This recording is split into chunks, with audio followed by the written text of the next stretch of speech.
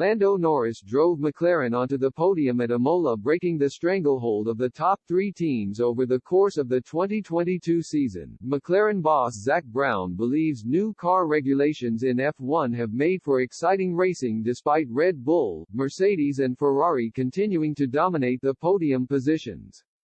While Max Verstappen comfortably led the Drivers' Championship, Brown believes that the series wasn't boring, unlike when Michael Schumacher was in his prime. F1 changed their car rules and regulations for the 2022 season in an attempt to make races more competitive and exciting for fans. As well as a cost cap of £124 million, tire sizes were increased from 13-inch tires to 18 inches, resulting in a heavier car, while rules around the aerodynamics of cars were also altered. Despite the changes, Red Bull, Mercedes and Ferrari continue to dominate the championship, taking 66 of the 67 drivers' podium spots available.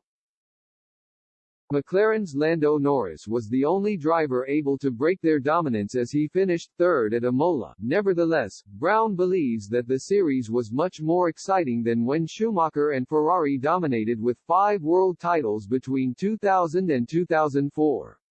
"I do think the regulations need time to bed and that they are good," said Brown, talking to RacingNews365.com. "The racing was great, and while the season was absolutely dominated, it didn't feel like a boring season at all. If I go back to when Michael Schumacher dominated, the races were a yawner from the word go, whereas these races were all exciting. They looked and felt a lot more exciting than the results look on paper." Norris will be joined by Australian rookie Oscar Piastri next season, and Brown believes that the improvement of McLaren's technology infrastructure will help bridge the gap to the top 3 teams. "We've got the budget, we had a really good driver lineup, but obviously we had a challenges with Daniel, but Lando wrings the neck out of our car," Brown added. "We don't have the technology infrastructure yet, but our simulator and wind tunnel come online in 2023. We're planning on challenging and being in the mix of the top 3 when we have all of our equipment. That's certainly our ambition.